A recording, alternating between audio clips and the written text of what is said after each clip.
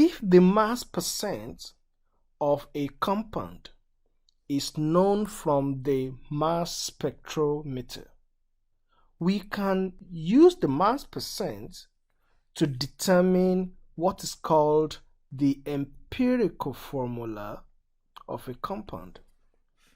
Now, what is the empirical formula of a compound? It is the simplest formula of a compound.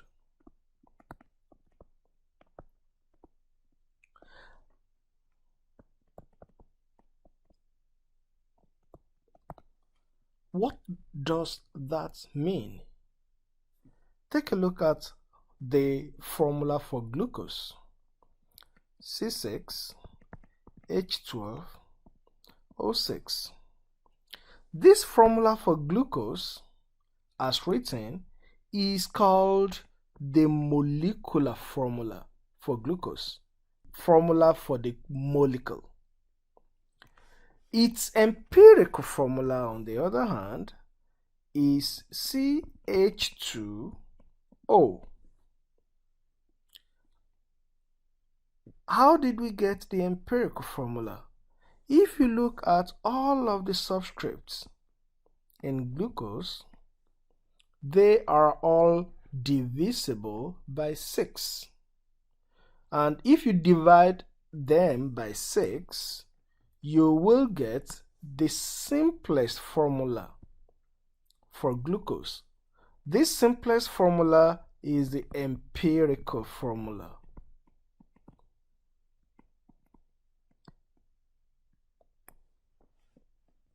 Now, how can we use the mass percent to determine the empirical formula? And how can we find the molecular formula from the empirical formula? Let us take a look at this question. Calculate the empirical formula of ethyl butyrate, which is also known as pineapple oil.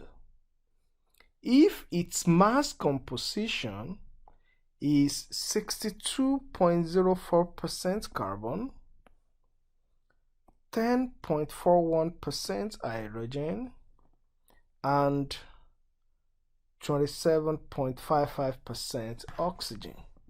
So we have 3 elements: carbon, hydrogen, and oxygen. We know their percentages. We know this to be 62.04%. We know the percentage for hydrogen as 10.41%, and we know the percentage for oxygen as 27.55%. Only 3 steps are involved to calculate the empirical formula of a compound. And the 3 steps are: we need to know the mass of each of the elements in the compound. We need to know the mole from the mass, and then we need to know the mole ratios. Let us find each of them. Since the mass of the compound is not provided, we will need to make an assumption. Let us assume that 100 grams of the sample is being fed into a mass spectrometer. If you make that assumption, then 62.04% of 100 grams will be 62.04 grams. So by making an assumption of 100 grams of the sample, we can easily convert the percentages into the grams. and 10.41% of hydrogen will become 10.41 grams, while 27.55% of oxygen will become 27.55 grams. We have just completed the first step in finding empirical formula. Let us now convert the grams into moles. For carbon, 1 atom of carbon will have an atomic mass of 12.01 gram. So, if you divide the grams, you have essentially converted the mass to the mole. Also, for hydrogen, to convert to the mole, we will essentially divide by 1.01 grams, which is equal to 1 mole. And for oxygen, we will do the same, which is essentially divided by 16.00 grams for 1 mole. Using your calculator, you should get the moles for each of the elements. As carbon should give 5.16, 569, 5 mole. Hydrogen should give 10.3069 mole, and oxygen should give 1.72188 mole. We have completed the second step successfully. Then in this third step, we should divide by the smallest among the moles. This is the smallest among them, the mole for oxygen. So we will divide all the other moles by the mole for oxygen, which is 1.72188 mole. So we will divide each of them.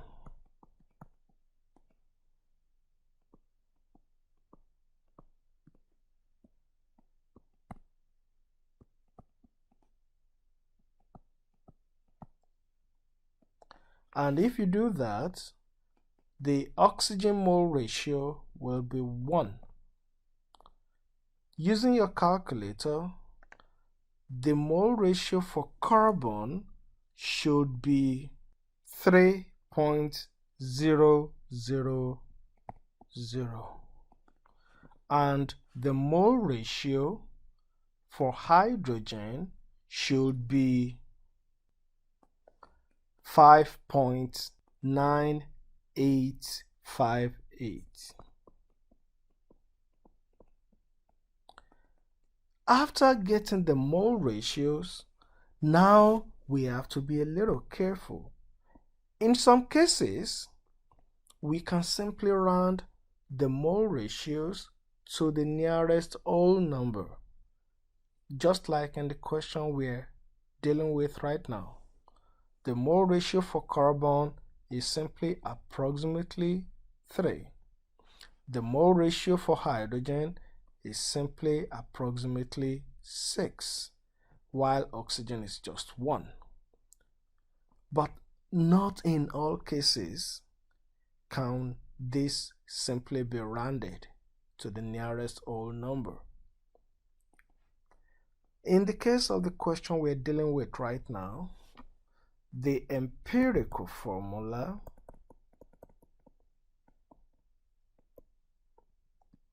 for ethyl butyrate will be C3H6O1, or O, because it's just one mole ratio for oxygen.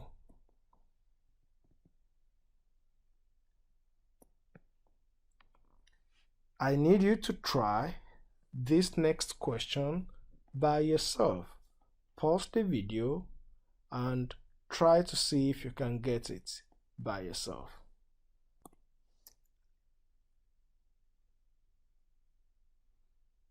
Okay, let us now try to do it together. We have three elements in this question. We have 50.66% of carbon,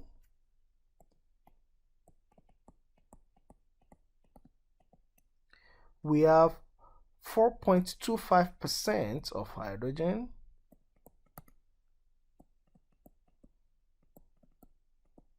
and we have 45.09% sulfur.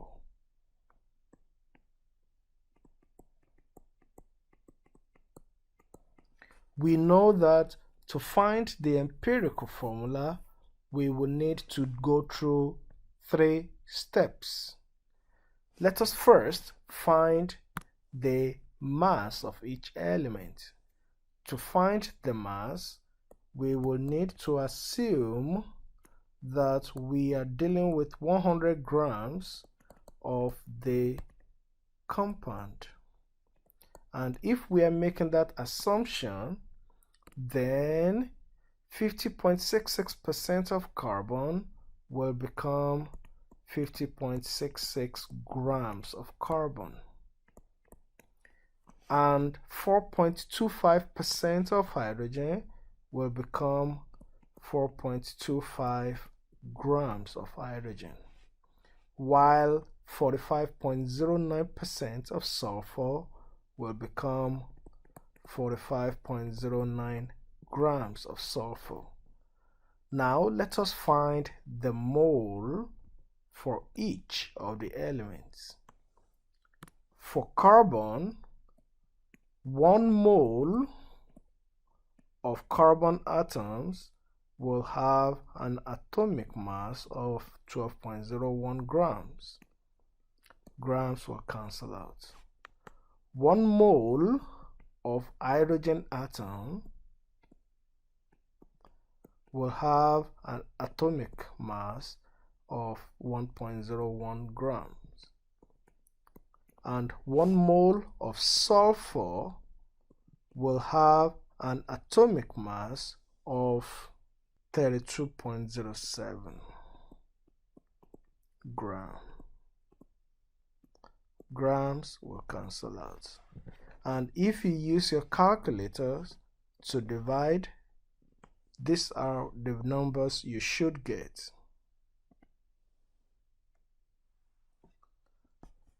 If you have got the mole numbers correctly, we then proceed to the mole ratio, the third step.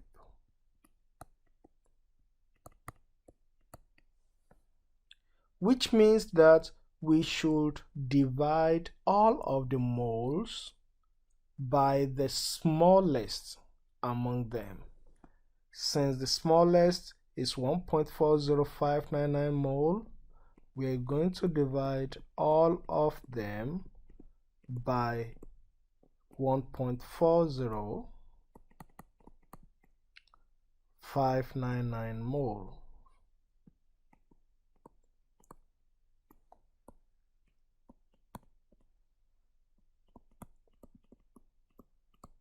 And if you do that, these are the numbers you should get.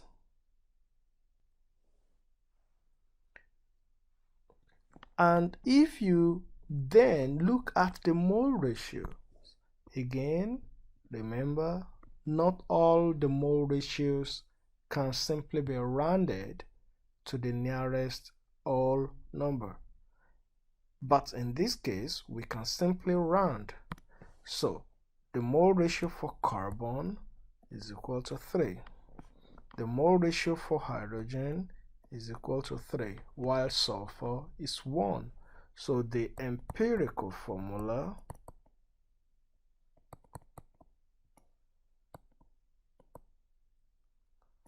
will be C3H3S. Now, I've mentioned twice that not all mole ratios can be rounded. What do I mean by that? Take a look at all of these mole ratios.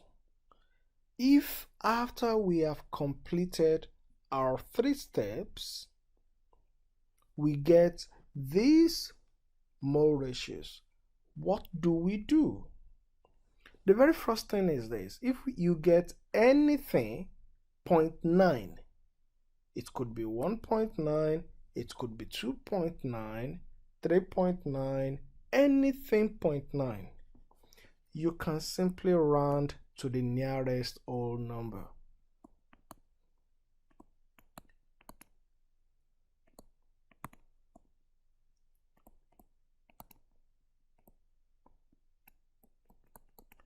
So if, for example, you get 5.9, that is approximately 6. If, however, you get 0.8 or 1.8 or 2.8, anything 0.8, you cannot simply round to the nearest whole number. The same thing goes for 0.75, 0.7, 0.6 or 1.6, or anything 0.5, anything 0.4, anything 0.3, anything 0.25, and anything 0.2. You do not round those numbers. However, if you get anything 0.1, you can round to the nearest whole number. So, for example, let us assume you get 3.1 as your mole ratio. You can simply round this to 3. But these numbers that we do not simply round, what can we do to them? Well, we would need to find a multiplicative factor that, if we use the factor to multiply the mole ratio, it will give us a whole number or something close to a whole number. Let me give you an example. If you get something 0.5, just multiply the mole ratio by 2 and then multiply all of the other mole ratios also by 2, because whatever you do to one mole ratio, you must do to all mole ratios. If you get something 0.6, you can multiply by 5. Anything 0.7, you can multiply it by 3. Anything 0.75, you can multiply by 4. Anything 0.8, you can multiply by 5. 0.4 or anything 0.4 can be multiplied by 5. 0.3 or anything 0.3 will be multiplied by 3. Anything 0.25 can be multiplied by 4. And lastly, anything you get that is 0.2 can be multiplied by 5.